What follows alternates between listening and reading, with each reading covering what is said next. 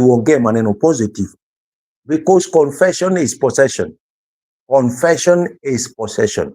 Now I want to teach you now, when there is doubt, na unasikia kuna doubt, anza kuongea imani.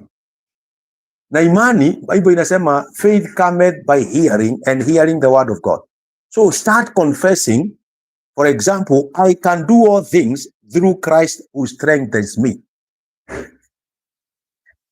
Hiyo kazi sijui tutaiweza. Yes, unaanza kusema ya kwamba I can do all things through Christ who strengthens me.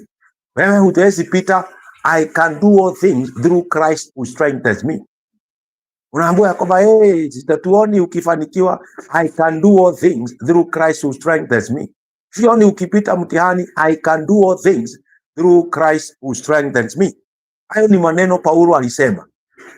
In